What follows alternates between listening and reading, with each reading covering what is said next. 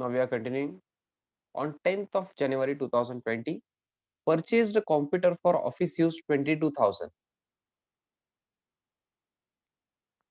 Yes, काय सांगितलं नाही म्हणजे कॅश घ्या बरं का प्लीज. काय सांगितलं नाही म्हणजे कॅश घ्यायचं. Purchased computer for office use.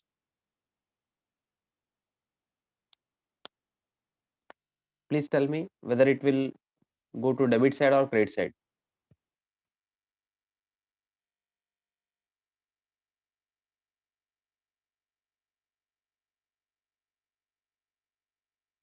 Or receipt or payment. Okay, great. Gautami परत एकदा विचार करा.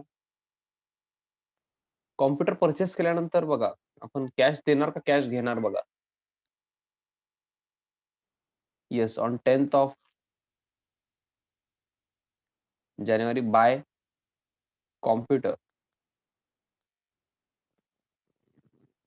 22,000. Okay, cash column. काय दिलं नाही तर बँक समजू नका, कॅश असतं. Being computer purchased. Being computer purchased.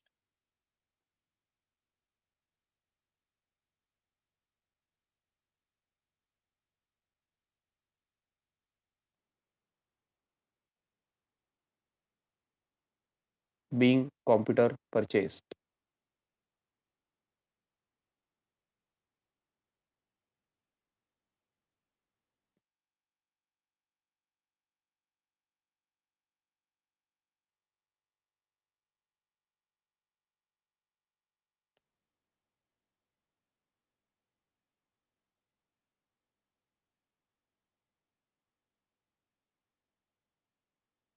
Yes. Next. I hope सगळे नरेशन लिहितायत, अंडरलाईन करतायत. रिसिट अँड पेमेंट कॉलम जिथं पण तुम्ही लिहिताय, पेमेंट कॉलमला लिहिलात तर पेमेंट कॉलम मध्ये अंडरलाईन यायला पाहिजे फक्त. ओके, कम्प्लीट क्रेडिट साईडला अंडरलाईन नको मला. नेक्स्ट. ह्याला एक इम्पॉर्टंट मार्क करा, स्टार करा इथं पण. On 15th of Jan 2020, sold goods to Rakesh and company and received a bearer check of rupees 10,000. Bearer cheque हे फार इम्पॉर्टंट वर्ड आहे. ओके. येस. ज्यांचं कोणाचं बँकिंग आहे का आपल्याकडं? Banking banking subject. Okay, great. आहेत ना हो. बँकिंग असलेले आहेत आपल्याकडं काही जण. Okay, great. Yes, yes. 2-3 जण आहेत. Very good.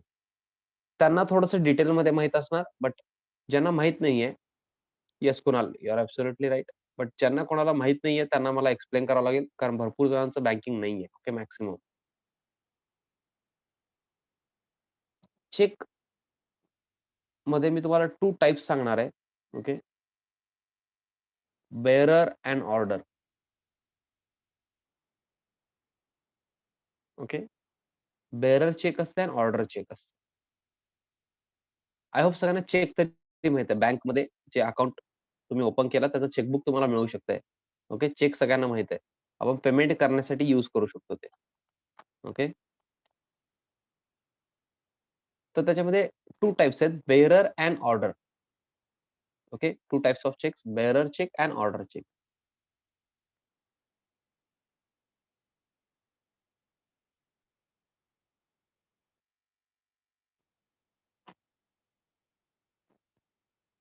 बेअरर cheque is just like cash. म्हणजे ज्याचं मिळालं त्याचं होऊन जातंय. समजा हे चेक आहे. नॉर्मली असं असतं चेक. इथं टू म्हणून लिहिलेलं असतंय. समजा तुम्ही लिहिला, तुमचं अकाउंट आहे. टू अनुप लिहिला तुम्ही. टू अनुप बसुदे असं लिहिलात बरं का. इथं साइन पण केलात. ओके, तुमचं जे पण साइन असेल ते असं. इथं अमाउंट पण आहे बरं का. किती द्यायचं सरांना? ₹1,00,000. ओके, 1,00,000 नको जास्त होईल.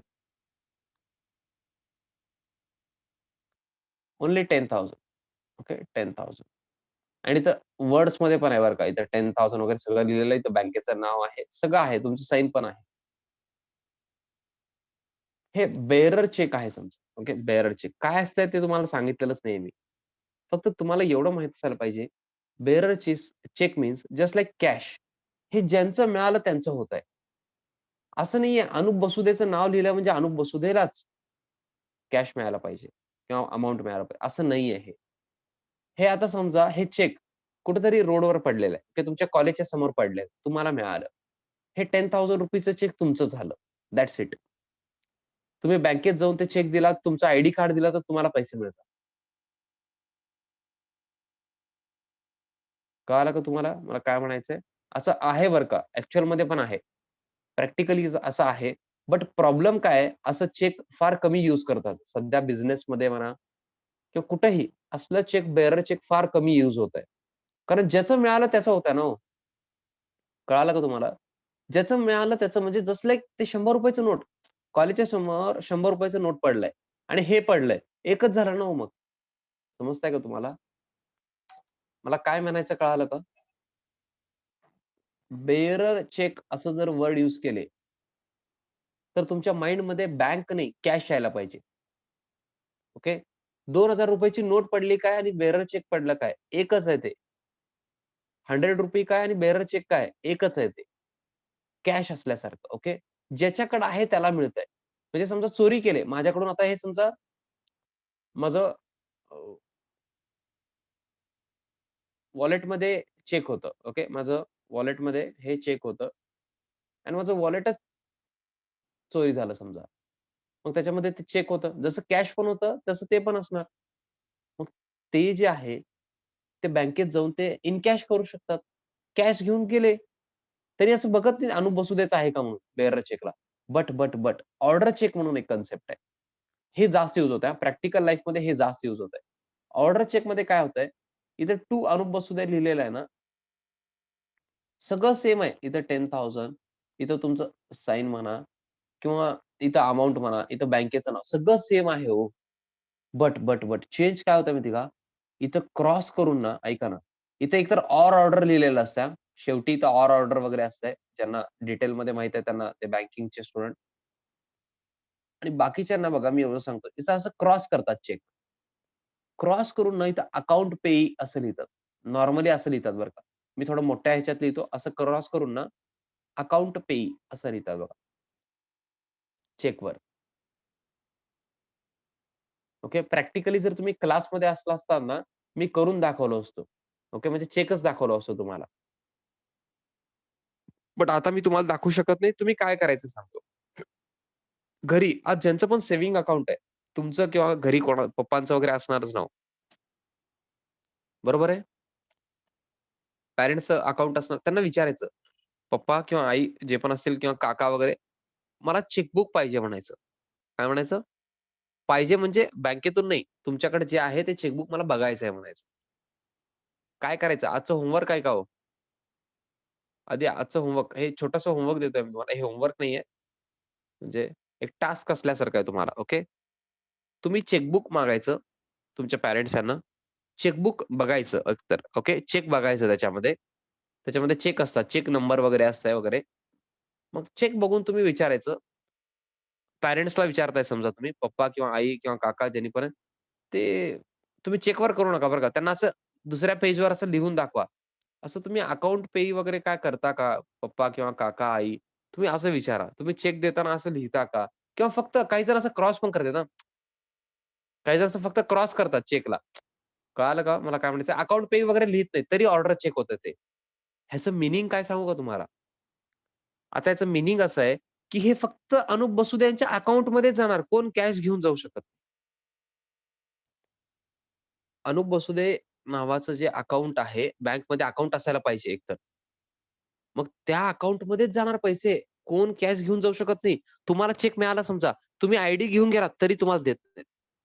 का तर ऑर्डर चेक आहे. हे क्रॉस्ड चेक आहे. ह्याला क्रॉस्ड चेक पण म्हणतात. ओके. Crossed cheque. ओके. आणि इथं ऑर्डर पण असते हां. आणि समजा इथं बेअरर आहे. काही चेक्सवर असतायत. तुम्ही टेन्शन घेता लगेच. सर इथं बेअरर होतं सर. बेअरर होतं चेकवर. सर तुम्ही ऑर्डर चेक कसं म्हणलात? इथं क्रॉस केलं की ते ऑर्डर चेक होतंय. ओके. म्हणजे क्रॉस्ड चेक होतंय. इनडायरेक्टली ते ऑर्डर चेकच होतंय मग. ओके. कारण ते कोण पण इन कॅश करू शकत नाही. मग ते त्यांना अकाउंटमध्येच डिपॉझिट करावं लागतंय. ओके. म्हणजे अनुप बसुदे यांच्या अकाउंटमध्येच पैसे जमा होतात. तुम्हाला डिफरन्स कळालं का? मला ते सांगायचं आणि मला बँकिंगचे स्टुडंट स्पेसिफिकली बँकिंगचे स्टुडंट मला कन्फर्म करायचंय असंच असतंय का हो? स्पेसिफिकली बँकिंगचे स्टुडंट मी आता जे सांगितलं असंच असतंय का हो? तुम्हाला असंच सांगितलेलं आहे का? बँकिंगचे स्टुडंट आय होप तुमचं चालू एक जण येस म्हणले, अजून एक जण आय थिंक येस म्हणले म्हणजे बँकिंग आहे त्यांचं. अजून झालेलं नाहीये. ओके, ठीक आहे. मग तुमचं क्लास डिफरंट आहे का? Okay, okay. कॉलेजच डिफरंट आहे आय थिंक तुमचं. तुम्ही एक जण संगमेश्वरला आहेत, एक जण एच-एनला आहे. एच-एन कॉलेजमध्ये अजून झालेलंच नाहीये. ओके, ठीक आहे.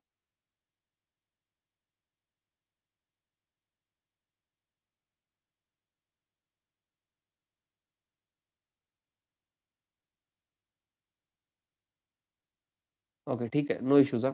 बट आता मी जे सांगितलं ते सगळ्यांनी सांगायचं समजलं का हो? Have you understood this? Please tell me. Crossed cheque, order cheque असेल, तर ते डायरेक्ट बँक अकाउंटमध्ये जमा होत असतंय. त्याला तुम्ही बँक अकाउंट यूज करू शकता. ओके. क्रॉस्ड चेक और ऑर्डर चेकला. आणि बेअरर चेक म्हणजे काय? आता तुम्हाला काय लक्षात ठेवायचंय, जिथं पण बेअरर चेक स्पेसिफिकली म्हणतील तिथं कॅशच कन्सिडर करायचंय. आता तुम्हाला काय दिसायला पाहिजे? ओन्ली चेक म्हणलं तर बँक ठीक आहे. ओके. ओन्ली चेक जर म्हणले ना, बँक कन्सिडर करायचं. बट बेअरर चेक जिथं पण वर्डिंग यूज होतंय, ओके, तिथं तुम्हाला कॅश दिसायला पाहिजे. Have you understood this? Okay. बाकी सगळीकडे तुम्ही जिथं पण चेक येईल ते बँक म्हणून कन्सिडर करा. No issues. आता बघा, sold goods to Rakesh and company and received a bearer cheque. Received a bearer cheque म्हणजे तुम्हाला इथं दिसायला पाहिजे कॅश. ओके. अदरवाईज चुकणार आहे बरं का. आता मला सांगायचंय येस, कॅश तर तुम्हाला समजलेलं आहे. मला सांगा रिसीट साइडला लिहू का मी पेमेंट साइडला लिहू? आपण विकलेलं आहे गुड्स राकेश अँड कंपनी यांना. We have sold goods to Rakesh and company. So we should write it on debit side or receipt side. That is one and the same, receipt side and debit side, or payment side or credit side. Everyone is saying very good. Debit or receipt side. 15th ला इथे यायचं 15th ला 15th जानेवारी to sales. Okay. Amount किती आहे हो? हे cash column मध्ये जाणार 10,000. ऐका हो. हे कॅश कॉलम मध्ये लिहिलेलं आहे मी. व्यवस्थित बघा, गडबड करू नका. नाहीतर एवढं सांगून, एवढं कॅश आहे असं सांगून परत तुम्ही काय करणार? परत तुम्ही बँक कॉलममध्ये लिहिलात चेक असल्यामुळे तर चुकीचं आहे. Bearer cheque means cash only. Okay. कारण ज्याला चेक मिळतंय त्याचं झालं ते. ओके. जस्ट लाइक कॅशच आहे ते. कॅश मिळाल्यासारखं. बिंग गुड्स सोल्ड एवढंच लिहिलं तरी इनफ आहे. ओके. तुम्ही व्यवस्थित लिहा. रिसिट कॉलममध्ये लिहून अंडरलाईन करा.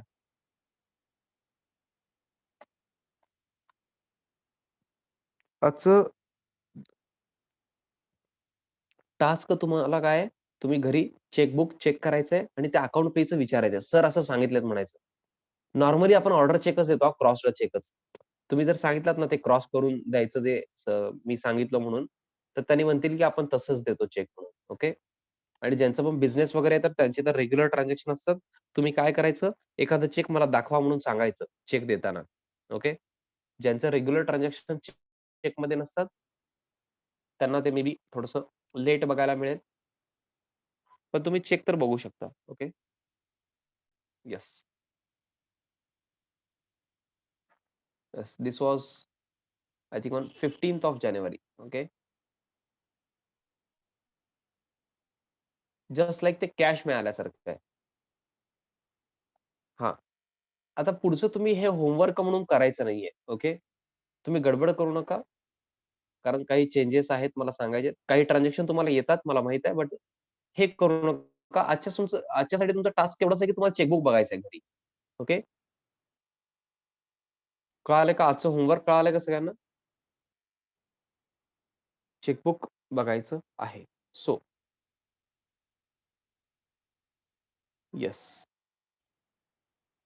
Yes. This is it for today.